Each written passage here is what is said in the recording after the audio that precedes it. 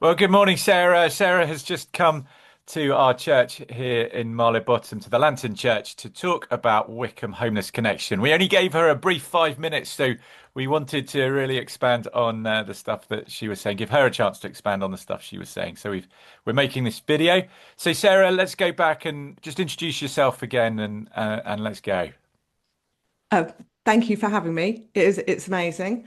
So I'm Sarah Fletcher. I am the Community and Events Fundraising Officer here at Wycombe Homeless Connection. And we don't just cover High Wycombe, we cover the whole of South Buckinghamshire. And we work very closely with the council and other charities and supportive organisations to help the people who are experiencing homelessness or those who are at risk of losing their homes. So before COVID, the highest number of street homeless that we had in the whole of Buckinghamshire was 33 people. And since COVID, the highest number has been 40 just in South Buckinghamshire. So there's been a massive knock-on effect that's happened here.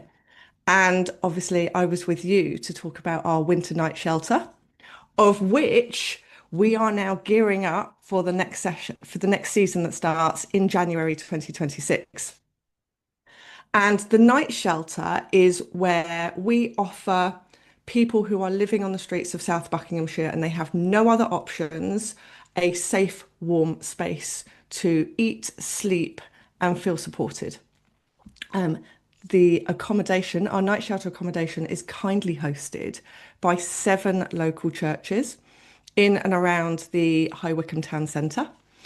And each one hosts one night of the week for a whole 3 months. So we rotate a different church each night of the week. Um, what can I tell you about how it works? So a typical night at the shelter starts at 6 o'clock in the evening, and the van driver will turn up with the shelter van, and the first evening shift will arrive, and everybody unpacks the van, and we make up beds, we create a dining area, play areas to socialize. If it's a place that's got showers, then we make sure just everything's ready to roll for when they come in. And the cook and assistant cook start cooking the meal that they are providing for us. 7 to 7:30, the guests arrive, we welcome them in, and we make sure that they're comfortable, that they have tea, coffee, biscuits always go down a storm, and they can start having showers if they want to, and they just get settled in.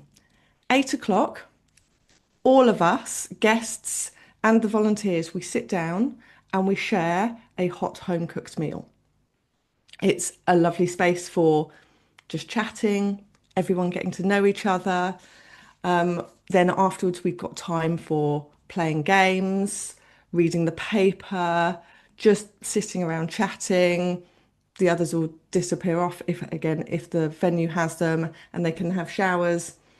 Some have laundry facilities as well, so they can wash their clothes. 10 o'clock, a smaller team of volunteers turns up, and then it goes into the night shift.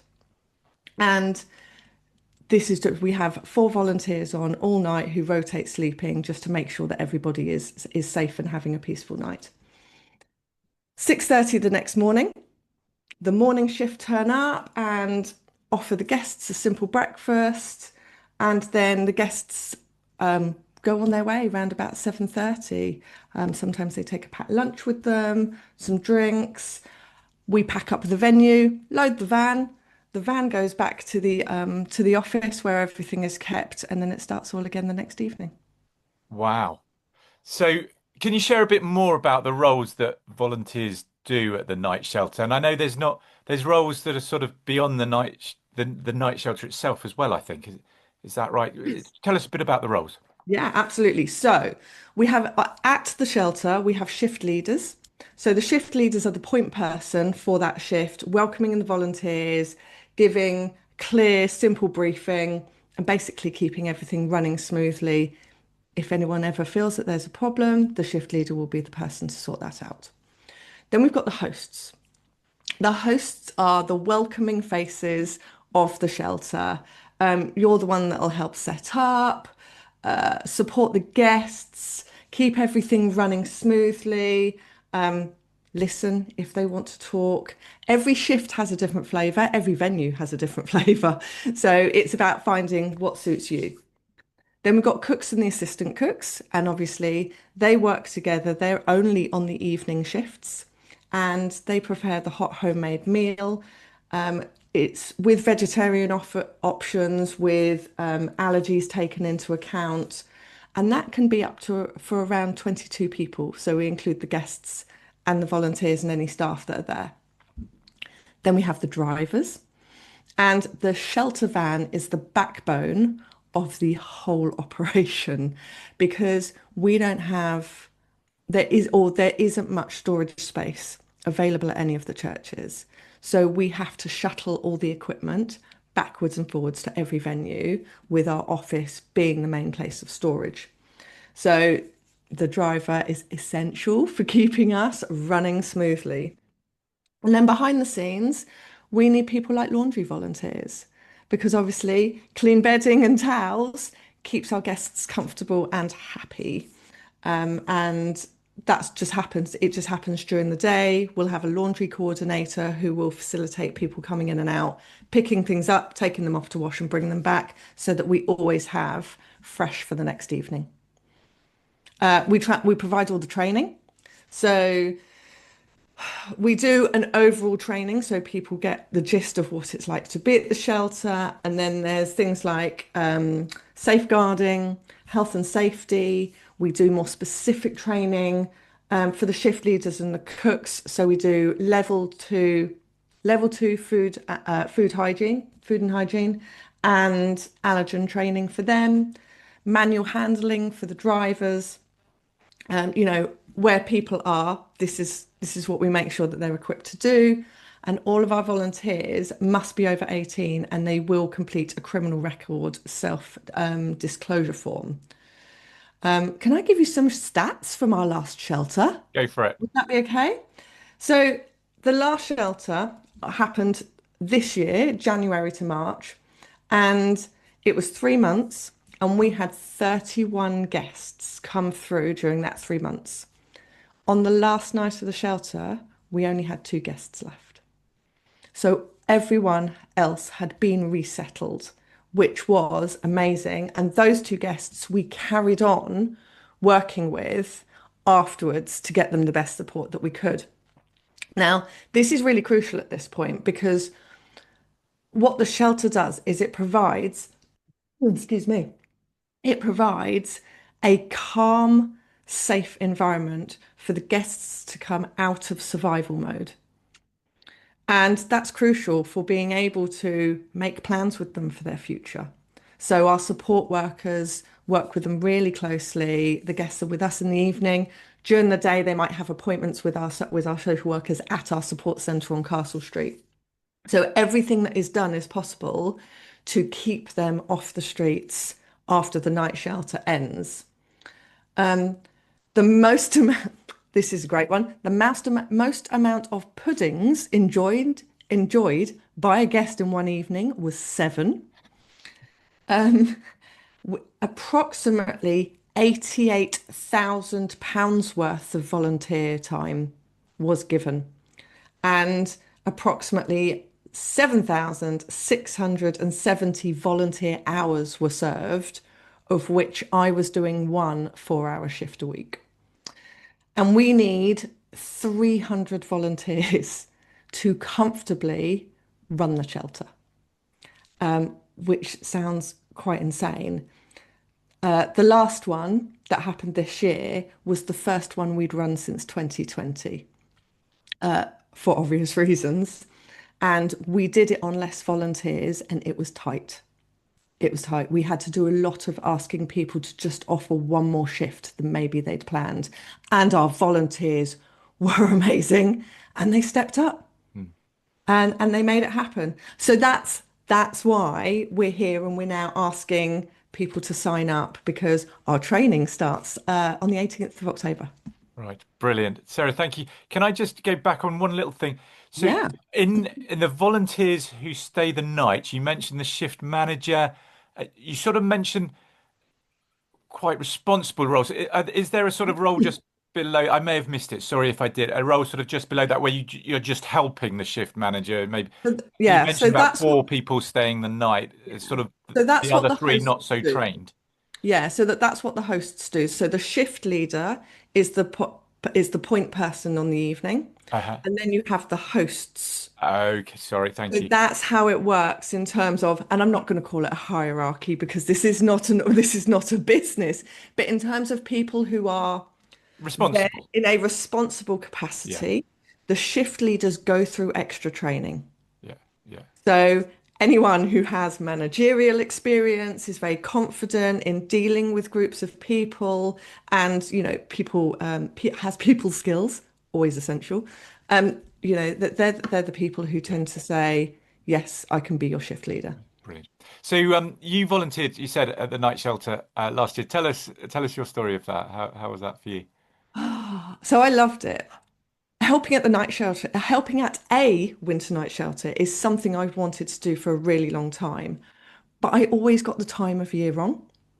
So I would never think about it until I'd hit Christmas or January, and you suddenly go, oh, God, it's really cold.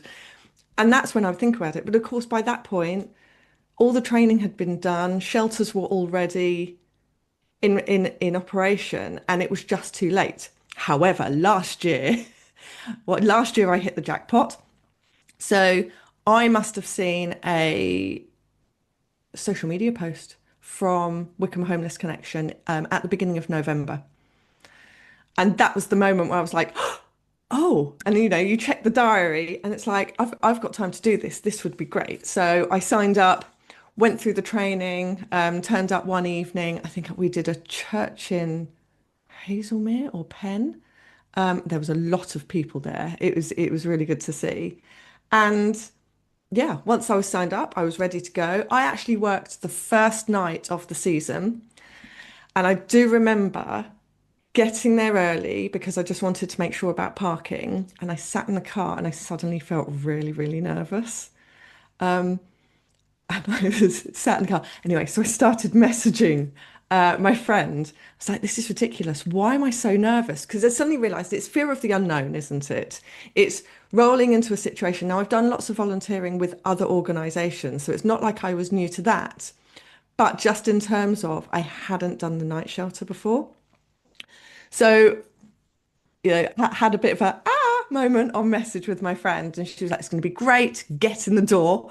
So deep breath, walked in, and because it was the first night of the season, James Boltby, our CEO, and Tara Roberts, who is our business services manager, they were also there, and they were very calm and reassuring, and all the other volunteers were absolutely lovely. And within 5 minutes, all the nervousness had disappeared. We cracked on, we were making beds, we were setting up everything else. And the guests arrived, and the evening was amazing. Yeah, it just went so, so well. And I left feeling really excited about it. And from then on, I did do one shift every week for the 3 months. And I swapped between evening shifts and morning shifts. A, because I like a bit of variety. I also did a couple of different venues. But yeah, it was different ways of seeing how it all worked and just Right. being involved. So yeah, I really enjoyed it. And I loved it so much that after the sh night shelter ended, I saw a job advertised at Wycombe Homeless Connection. And that's how I ended up here as the Community and Events Fundraising Officer.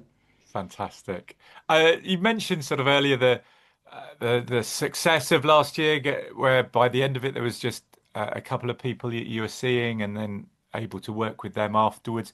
Have you got other success stories from the shelter that you can share, or another success story from the shelter? Yeah, absolutely. Let me tell you about Daniel. So Daniel, last year, he moved to High Wycombe and he was really excited because he was starting a new job. And then he got here and obviously had committed to rent and everything, and his start date got delayed. and it kept getting delayed. And what that meant was Daniel was burning through his savings, his money pot that he had sat there just on basic living expenses like his rent and his food, which the majority of us do rely on a salary to support that. And it went on for too long. And he just hit that moment of stark reality, which is I'm going to end up sleeping on the streets. So he was amazing. He was so proactive. So the first thing he did was he went to the council. Now, the problem there was because he'd just moved to the area, he hadn't been here long enough to qualify for any help from the council. He didn't get any benefits. So that was a no-go from that point. So he went to the job centre. The job centre signposted him to our support centre on Castle Street. So he walked straight from one to the other, and Hope, our support worker, just jumped straight into action. And that night he was in our night shelter with us. So he was safe, he was warm, he was fed, he had support. And from then on, our support workers worked with him and spoke to him about what he wanted to do, what his options were. And he made the decision to go back to his hometown because there he was eligible for benefits. So he could claim universal credit while he got back on his feet. So once the decision was made, we paid for his transport back to his town, and then we also hooked him up with the local night shelter there, so that he had somewhere to stay until his new place to live was ready. And today he's working, he's studying, he's looking forward to his future, and yeah, it all worked out, Brilliant. which is the point. Yeah. And the nice thing was, someone spoke to him afterwards and then just said, have you got anything to say about the time that you spent with us? And his words were, the volunteers at Wycombe were amazing. They listened and they would chat with you, and there was just no judgment, for the situation that he'd found himself in, and it was just a different level. And this is something that hadn't occurred to me until I heard this. They stay with you overnight, which means you can sleep well because you know you're safe and no one is going to steal from you. And that for me was a real stop moment, because that must be horrendous. Like, you don't have much already, and then you're too scared to sleep in case someone else takes it. Brilliant. So, Thank you.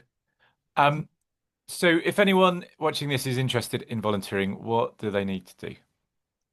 well, if you're interested in getting involved, please come and look at our website. So that's YHOC, as in WYHOC.org.uk, and go and find Winter Night Shelter 2026 under the volunteer tab. You can sign up through the website. You can read all about the night shelter. That it tells you what venues, what churches we're going to be using. You can book onto training dates from there. And once you're in, that's it. It all starts to roll. And by supporting this, by volunteering with us, by donating to our winter appeal, however it is you do it, you are being part of a really powerful community movement, and you are saving lives.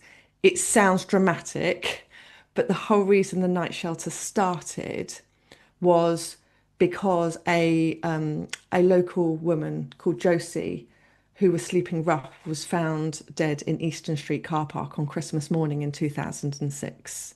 And the local churches all came together, headed, I believe, by Dr. Sheena Dykes, who has been one of our trustees for well, from the beginning. She started all of this, along with the other churches, and they created the first ever winter night shelter in High Wycombe because of that. Thank you.